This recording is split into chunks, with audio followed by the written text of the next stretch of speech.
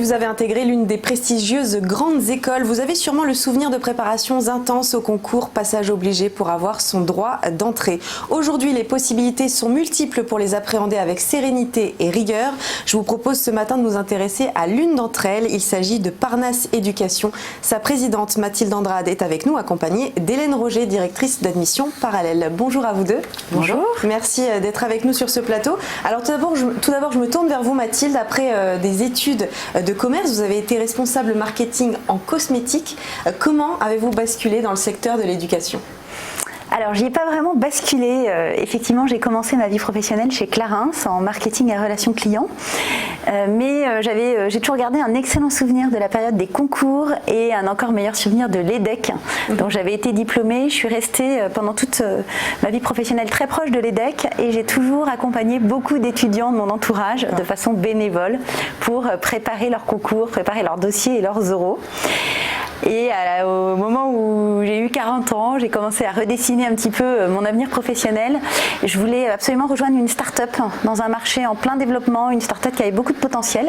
Et là, j'ai rencontré les fondateurs d'Admission Parallèle et les cours du Parnasse, qui étaient très très petits à l'époque. Il y avait respectivement 300 pour un des deux instituts et 20 pour l'autre.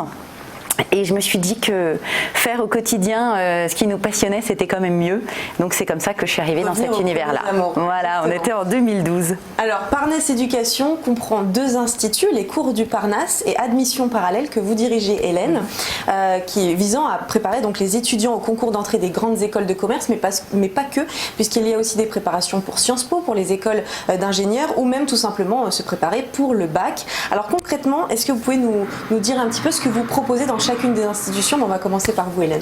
Alors Admission Parallèle, c'est pour tous les étudiants qui ont déjà fait 2, 3 voire 4 années d'études et qui souhaitent rejoindre une grande école de commerce, donc un programme grande école qui nécessite d'avoir fait un cursus initial et qui vont chercher un complément de formation au sein d'une grande école de commerce française ou bien Sciences Po Paris et qui demandent de passer toute une batterie d'épreuves et nous on prépare à tout ça, donc au dossier comme aux épreuves académiques un peu plus quantitatives. Et ça passe par quoi? Ça passe par des cours en ligne, des cours aussi physiques avec des Ça peut être des cours en classe ou des cours en ligne ou les deux, tout est possible. D'accord. Et vous Mathilde, donc vous présidez les deux institutions. On n'a pas avec nous la présidente des cours du Parnasse, mais en tout cas expliquez-nous ce que c'est que les cours du Parnasse. Alors les cours du Parnasse, on s'adresse à des élèves qui sont tous au lycée.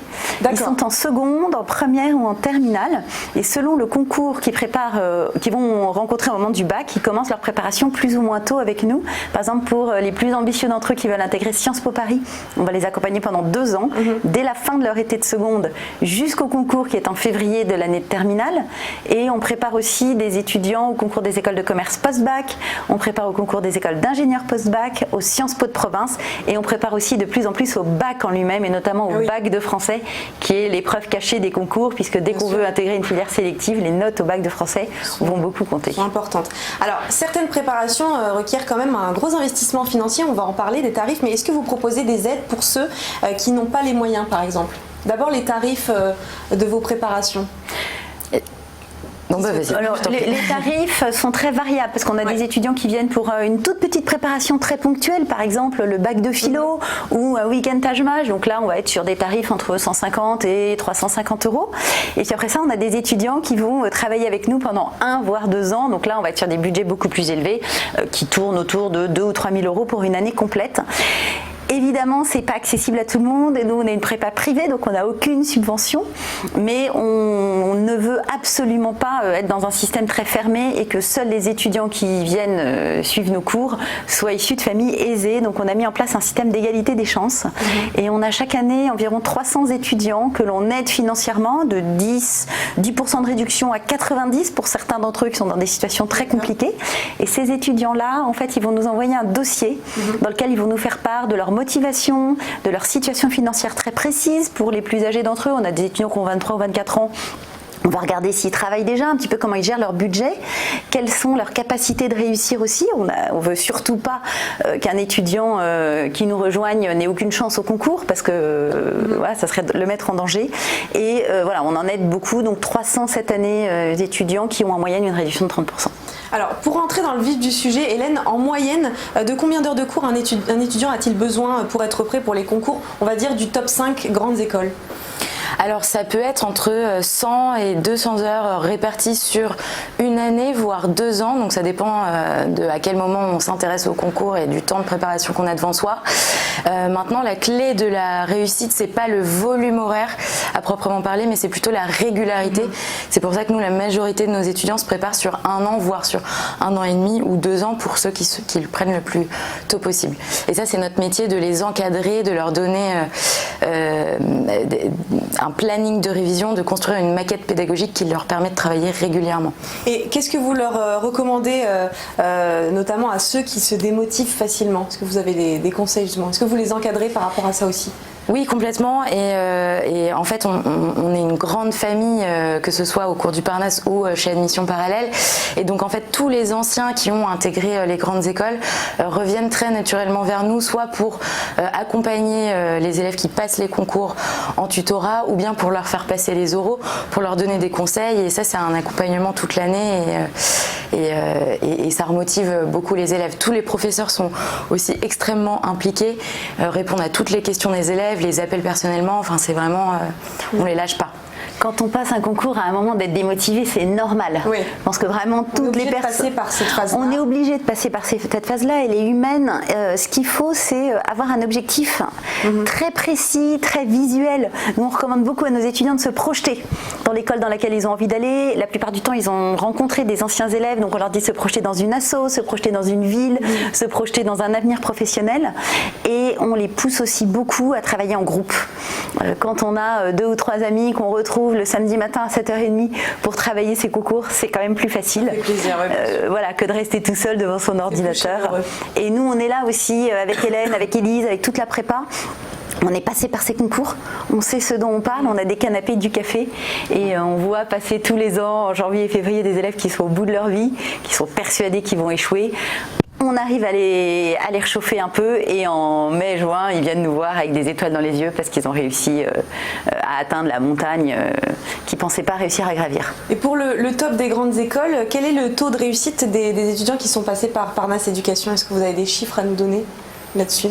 Alors concernant Admission Parallèle, oui, on a un peu plus de 40 admis dans les grandes écoles du top 3 et donc ça c'est une grande fierté avec 30 admis à l'ESSEC l'année dernière et 17 à l'ESCP dans des écoles qui proposent extrêmement peu de places, qui sont encore relativement fermées aux admissions parallèles et qui recrutent plutôt des classes préparatoires.